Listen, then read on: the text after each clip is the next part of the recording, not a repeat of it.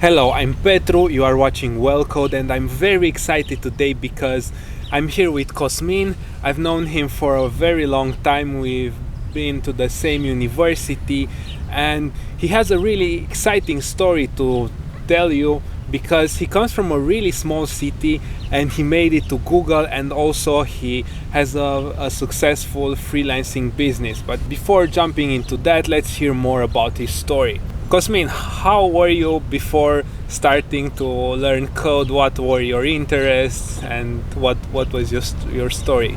Yeah, so first of all, thank you, Petru, for the introduction. I'm very happy to be here to share my story with you and your subscribers. So yeah, before starting programming in 9th grade, when I started high school, I was into physics. I went to physics Olympiad. I thought that my future is going to be like physics, mathematics, stuff like that. I met a very good professor that mentored me and helped me prepare for the Olympics in physics. I've been to the National Olympics for 3 times. Mm-hmm. And yeah, I think this was my main interest before. Before that, I was also like playing Counter-Strike. We had like Counter-Strike 1.6 maybe. Mm-hmm. Do you play it competitively or? No, only like Oh, just for fun. Yeah, right. And how did you start being into physics? Because it's boring for a young kid to just sit and write on paper the calculations. I know. I think. So the background of my professor was that he or she taught other pupils as well. So I was just like another generation that came, and it turned out I was pretty good at math. So at that time, physics were more or less math, mm-hmm. And some laws that you have to apply here and there. And yeah, I mean, I think it happens to I was good at math, and then the teacher saw potential in me, and then I really liked like to compete in Olympiads. Mm-hmm. It was like a challenge for me, and mm-hmm. I think I still have that. Mm-hmm. Okay, and when did you make the switch from? Yeah, so in Romania, we are both from Romania, right? We have to make this choice after we graduate from secondary school, and we have to decide basically where we want to go. So we have like economics, we can study math and computer science, we can study what else, like yeah. So I thought, like, because I was into math and physics, I said, okay, so math and computer science would be a nice way to go, mm-hmm. nice path. So I've chosen that, and I think in my first laboratory, I've met my informatics teacher, and I was really into it. Mm-hmm. I don't know. I just felt like I just like fell in love with programming. Just from the first time. Yeah. It was the first time. It was very interesting because like he had this very unique way to keep us motivated to learn and to be at his laboratory. We had these 3-hour laboratories. Mm-hmm. And he would give us different stuff, like different snacks, to keep us alive, to keep us motivated. So if you would, for example, answer a question that our teacher gave us, you would be rewarded like with a snack or stuff like that. Okay. So it was also like that's a nice thing. And for those of you who don't know, in Romania, you can study computer science from the first grade of high school, and you have classes in the classroom where you just write code on paper, but you also have laboratories where you go and write code on a computer and you can run it, and the teacher may come to you and help you. This depends a lot on which school you go to and also on the professor. How many people are in your city? How much? I don't want to be mistaken here, but I think somewhere around 30,000. 30,000. Yeah, something like that. It's a small city. Yeah, so this is very small. Did you feel it when you tried to become better, or what were the main obstacles from being a small city?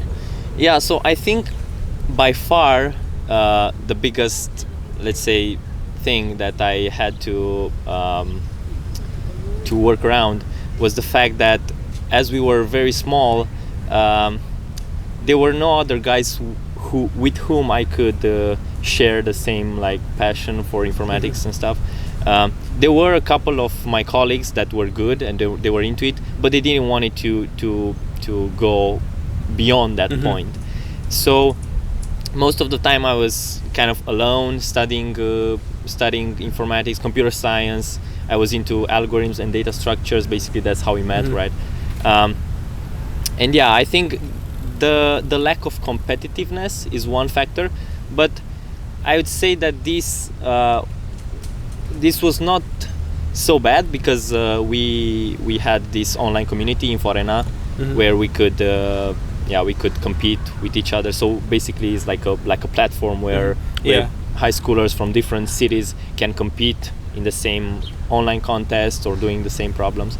So I guess that helped. Yeah, and for those of you who are already preparing for interviews or are thinking of getting a job, I highly recommend joining one of those online communities. There's LeetCode, there's Code Forces, there will be soon WellCode, but until then I highly recommend joining any website, and as Cosmin said, it helps you a lot, like having other people which you can compare to. Yeah, that's right. And just something popped up in my mind. Another thing that was kind of, looking back, it was kind of like not very useful, is the fact that I didn't had any programmer that I could talk to. So basically it was only like our teachers from high school, and then I didn't know any programmer. Can you imagine that? Like in the high school you want to become a programmer, but you don't actually know somebody that's doing that. So I guess that was another thing. And yeah, I don't know, I feel like maybe I wanted to do like different sports, and also that was not very helpful. Like my city couldn't provide that, so we had like soccer fields or like basketball fields, but as we were a small town, you couldn't do it like in terms of like a performance to do performance in this in this field. And I assume this helped you because you couldn't do a lot of things. Right. You had to do computer science. You could focus on my thing. Yeah, right. And I have two questions. So how did you overcome the lack of having a community and of staying motivated, and how did you overcome the need to talk to someone who's older, who's already a programmer? Did you solve that, or you just ignore the problem? Yeah, I think so. For the programmers thing, I didn't. So I didn't talk to any programmer before joining the university. I just know that that's my way. I know you were there, so I was like, okay, it should be a good university. And yeah, in terms of motivation, I think my teacher helped me a lot, and also like the Inforena community rocks. So it helped me. Yeah. So there's another thing. In my region, or how do we call region, Județ, county. Yeah, there was a very good competitor in computer science, Rareș Buhai. He's at MIT right now, and so my teacher knew him from different contests when he was younger, and he told me like I can beat him. Of course I didn't, but he encouraged me, Okay. He told me that it's doable, and yeah, I guess he also helped me a lot. Okay, Cosmin, but when was the point when you decided that you want to become as good as possible in the CS? Because I suppose that when you started doing it in the 9th grade, you weren't 100% motivated. I'm gonna be the best, I'm gonna go to contests. Yeah. So yeah, I'd say that I have this disadvantage that I started in 9th school. It's not really a disadvantage because I know a lot of people that started in 9th school and they become very good. So that's not really an excuse. But yeah, there are some people here at Google who started coding in college. Yeah, right. It's crazy. So I'd say that I started learning how to code, but didn't actually do it like I wasn't performing at my best. I think what motivated me was in my 2nd year of high school. After the Olympiad, I really sucked. I think I had like 20 points out of 200. So I was really disappointed, and my teacher also told me that he's like the best at graph theory. Nobody beats him. So I I don't know if that's true, but he somehow transformed me the thing that he's very good at this, so I should learn from him. So I literally learned from him a lot, but also like he provided me a lot of books. So I started learning graph theory, which was required, as in in the last 2 years of high schools. So in the summer after my 10th grade, I decided this summer I'm going to give up anything I do in the summer and just like focus on graph theory and like Olympiads. I basically run through all the problems from the last years on the Olympiads and started to solve them.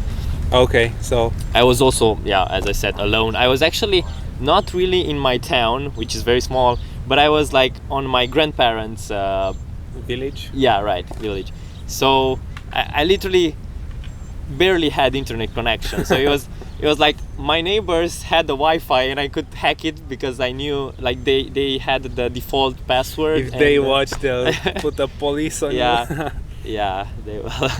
They're actually my family, so okay. they won't actually do that, but Yeah, I remember also when I decided I'm gonna do this 100%, I had no internet, so before leaving my city, I downloaded a lot of articles, tried to find books, and then I could go, I think, twice a week and submit all my solutions. Oh, so because you didn't have any distractions, it helped you focus a lot. Right.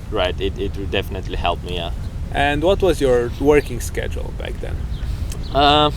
So it was bouncing from solving a lot of problems, reading a lot of articles, as you said, learning different algorithms, competing in a lot of programming contests, arguing with my mom that I shouldn't stay so long in front of my computer, and eating, and that was mainly it.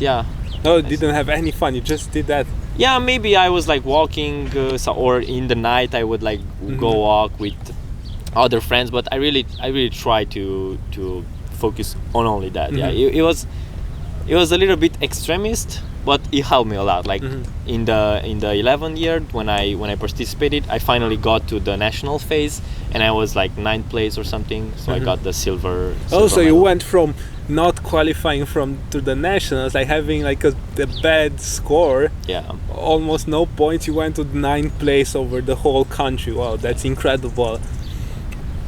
So that hard work really paid off, right? And what happened next? So you just become like top of the country, or in the top 10, I'd say. And then I wouldn't say that after that I progressed that much, so I kept learning different stuff, but like my learning rate in the first year was really high, but then not so high, but I was still like feeling that I progress. One thing that kind of kept me back from progressing more was the fact that all of the high school in Romania stresses you a lot with baccalaureate. So which is the graduation exam. So you really have to read the books from literature, Romanian literature, and you have to know at least some basics in order to pass those exams. Because I had exams at math, which was okay, computer science, which was also very easy, but then you have like Romanian language, which you had to like study more. So that actually kept me back because I didn't have time to do my stuff. Okay, so it wasn't that productive as the previous year. And what happened next? Like you went into college, you came to the university in Cluj, which is a okay university for Romania. It can't be compared to MIT or to the top universities, and I feel like you were always like not at the top schools, not the best schools, but you still somehow managed to find your way through. What happened during college? So in college, as I said, I followed your path because you were also going to the same university. I think you were at Facebook at that time or something. So it was like I somehow projected myself in your shoes, and yeah, I wanted to do that. So I entered university. I lived in a dorm room for 3 years with two other peers, colleagues from the same university and specialization. So you went into university with the goal of getting internships? Yeah, I'd say I somehow projected myself into that. Yeah, because I saw you, I saw others as well, and it was like at that time feeling successful was that like joining a very good company, which at that time looked very challenging. I'd say I was quite nervous for that. Yeah, it was like a pressure, on you to do what others or like what your top does. Yeah. The other guys are doing. But yeah, it turned out that I got rejected. I applied for Google. I applied for Facebook. I still remember the WhatsApp interview that I had. They only gave me like an email interview, and then after I submitted it, they never reached out to me, or they reached out. This was in your freshman year. Yeah, in my freshman year. Yeah, I got accepted. I had an internship with Amazon, but it wasn't like in another country as most of the other guys went. It was in Romania. They have this development center in Iași. Initially I was kind of disappointed, but it turned out like the culture, I think it's kind of the same. So it's like a combination of maybe the culture here in the US with combined of Romanian culture. So from my understanding, you wanted more than Amazon Romania. You wanted to come in the States. What did you do to change that? Yeah, so that's nice. That's one of the things that I didn't give up on the goal, or like the dream, let's say, of going to somewhere in the US or like in another like country, because the salaries are better. You have the relocation bonus. Yeah. And you also do like important stuff, which is actually used by a lot of people. Maybe you did that for Amazon from Romania, but that's I think it's one of the few companies which... Yeah, you get to meet more people. The offices are bigger here, and So while I was at Amazon, I somehow, I'd say I used their internal tools that they have. Like they have a list of interview questions. So I looked over them. They have interview guides. I guess some of them were restricted, but some of them it wasn't. So I'd say that I wasn't really a fraud doing that. I think it was like just I think improving most big companies have interview questions and examples, and you can look over them. Yeah. And as far as you don't tell them to other people, then it's fine. Yeah. So you used every resource you could. Yeah. There. I think I scraped everything that has interview in the link and in the content. And then I've also read a book. It's called Programming Interviews Exposed, which I think was written by somebody that's at Google, that was at Google, at Microsoft. So they have like this. They have also a chapter on culture. So I really felt that Google's culture was at that time, or was best suited for me, for how I would think about me. And in the next year I got offers from Microsoft Dublin, and I've also accepted at Google. Okay. I had to at some point I had to decide if I want to go with the Microsoft offer, or if I want to wait for Google response, because at Google, after you have the interviews, it you takes go a through longer time. Also, you got like an exploding offer from Microsoft, which is the term for an offer which has a short deadline to accept it, and basically they restrict you from having time to think and from interviewing with other companies. I'd say that that's kind of to put pressure on you, right? I don't like that, and somehow I felt like, do I really want to work for a company that's doing that on me, that puts pressure on me, that just to accept their offer? I mean, if it was that good, the offer, I wouldn't like have to take time to think about it. I just say okay.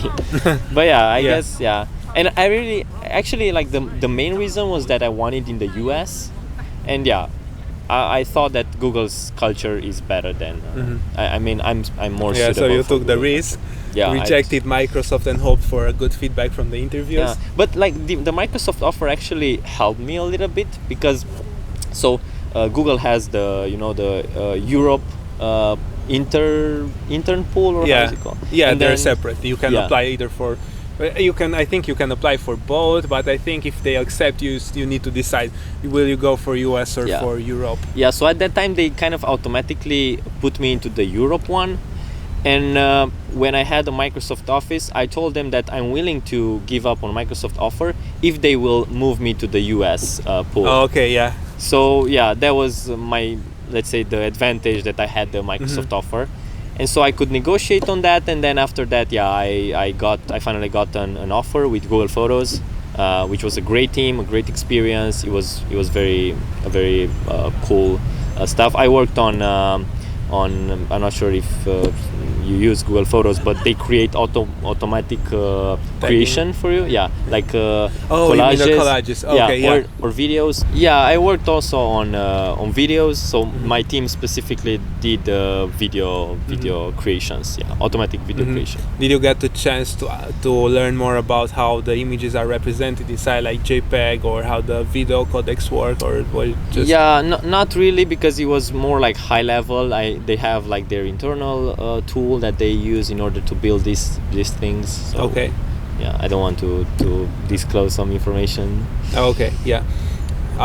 Okay, so then you got back into Romania, and what happened next? How did you end up right now here at Google Yeah. again? And then we'll jump into the other side of you, into your other projects. Yeah. So after coming back, the recruiters reached out to me. They said that I did well in my internship and they want to give me a returning offer.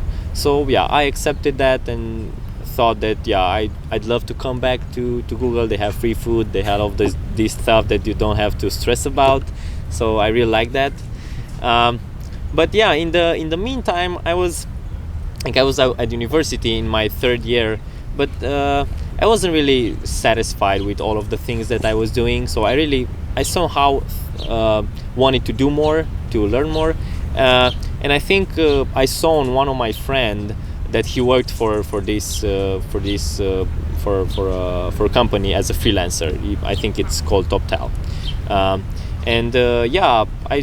was thinking, what exactly is TopTal? And I looked on their websites, and apparently it's like a platform where they match freelancers doing computer science. They also have remote workers doing accountant stuff. They also currently have product managers. Upwork or Fiverr. Yeah, the main difference it's like a Upwork, but the clients and the freelancers and their staff is chosen, so you have to interview with them as well. So yeah, I was interesting to see how this compares to like being a remote engineer. How does this compare to being a classic engineer and working from an office? Yeah. So I applied for them. I was also looking into another technologies. I think at that time I was learning Ruby on Rails, so that really helped me a lot on the interviews because they have a special kind of interview process. So you have I think 2 or 3 technical classic interview questions, algorithmics and data structures, and then you have an actual project that you have to do in 2 weeks. Okay. So it turned out that Ruby on Rails was my best friend on that project. So yeah, I did it, and finally I got accepted on TopTal. And yeah, I decided I'd try to be a freelancer for a while and see how it goes. And yeah, it certainly has advantages and disadvantages, but yeah, I feel like I like that too. I think when I'm quite sure that when I'm going to end my Google internship, I'm going to get back to freelancing. One thing to mention is that I was part-time doing this. I worked 4 hours a day, and yeah, I really wanted to do this first to have time to also like finish my bachelor's thesis and work on other stuff, and I'd still want to go to a part-time engagement, because I want to work on other projects as well. You know, some side projects that I think I might turn them into profitable businesses. So I have these very small ideas that I usually go with. I just like implement an MVP in like a week or a couple of days. I've actually implemented a very, I think it's useful Chrome extension that basically is an extension for Gmail and Inbox by Gmail. And basically it's in order to help you convert times to other time zones. So I had this really weird time when you schedule interviews. So I always tell the interviewers that I'm free on these dates, so I have those dates when I can change my schedule just to accommodate the interviews. I just tell them, oh, these dates I'm free, and just tell me the times and it will be fine for me. So I think we're gonna drop a link in the description for that. That sounds like a cool thing. That was my story into freelancing. I started this company in Romania in order to like be able to make my basically the business part. And did you take other clients from outside TopTal? So I also have other clients from TopTal. I like my main approach on finding clients is through recommendations. So I'm not sure if somebody that's watching us want to went into or maybe to start freelancing, but one thing to do if you want to be a freelancer is just like tell everybody that you do that.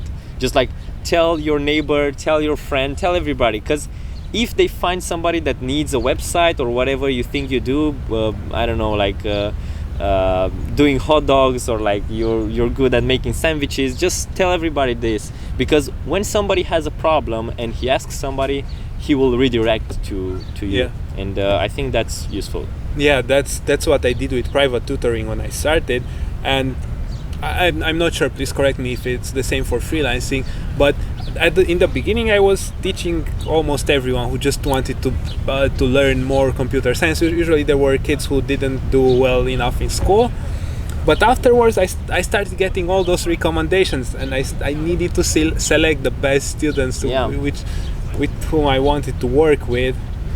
That's exactly the same in freelancing. So you first get some basic projects, then the clients are happy and recommend you to others, and that's how you grow. And how much time does it take until you reach the point where you can sustain yourself, you can earn good enough money? Because for private tutoring, definitely I couldn't live from the beginning. I lived with my parents when I started that. It took at least 1 year, maybe almost 2 years until I was able to pay my bills. This is a good question. So if I understood correctly, how much time does it take to actually like be able to sustain yourself from your own money? Not to live still on your parents' money. I'd say, so this is kind of, it depends on you. But I'd say, like, for example, TopTal, if you don't know your hourly rate, which was my case, because I haven't done this before, they help me. You know, they have statistics based on your demographics. So in freelancing, as I think in every other job where somebody pays you, it's your salary or your hourly rate is based on your location, which I think is not very fair, but it's another story. So they help you to like come up with an hourly rate that's let's say correct for your skill set. And then you can grow as you take more clients, you take more responsibility, you take more projects, your skill sets are increased and you learn more. TopTal has also different academies where they basically help you. They basically teach you new technologies, and then at the end you have like a test, and after that you get like a graduate. You can put there skill like LinkedIn or something like that. Okay, and coming back to my question, what's the mean of the time needed to be able to live from freelancing?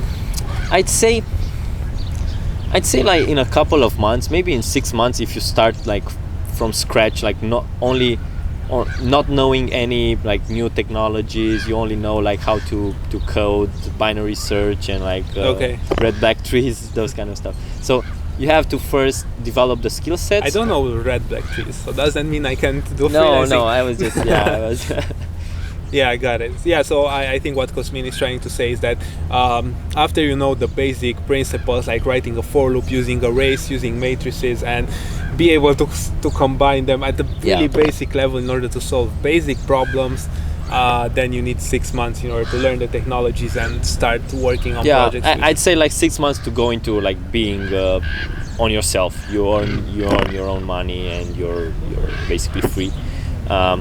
But yeah, like being able to catch up with the technology, as you said, it's pretty easy once you have like the building blocks, the building foundation for it. Yeah, you just have to. Okay, yeah, so congrats for making it. Would you like to share how much you're earning from freelancing, or just give a range to let people have an idea? Because at some point, Cosmin told me that, if you're just looking from the money point of view, you can be at the level of where it doesn't make sense to work for Google anymore. Yeah. Well, I'm not exactly sure what's the salary for a full-time Googler. I wrote on Hacker News these days because it can get pretty high. But yeah, I guess in the beginning, especially if you're a freelancer and you don't have like very much experience, you can grow really fast. Like in 6 months, you can get to an hourly rate of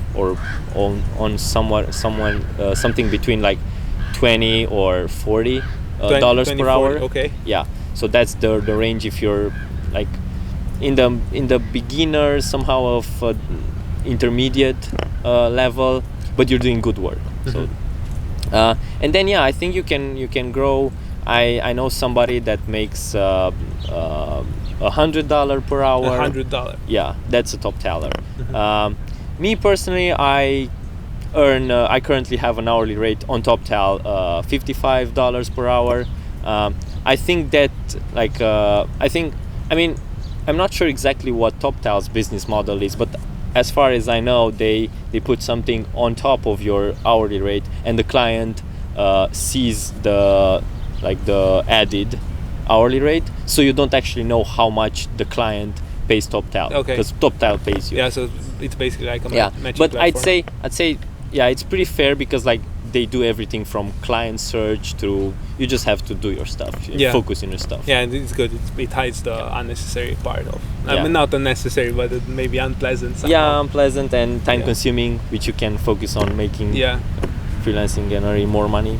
Yeah, so I hope you all feel inspired hearing Cosmin's story. So coming from a really small country, in a really small town in a really small country with not that important, he made it to Google, and then he made it to being a really successful freelancer. Do you have some advice for people who want to start learning how to write code? So the ones who don't have an idea or are at the very beginning? Yeah, one advice that I could give them is try to understand or try to make small steps into coding, because it's very easy to learn how to code.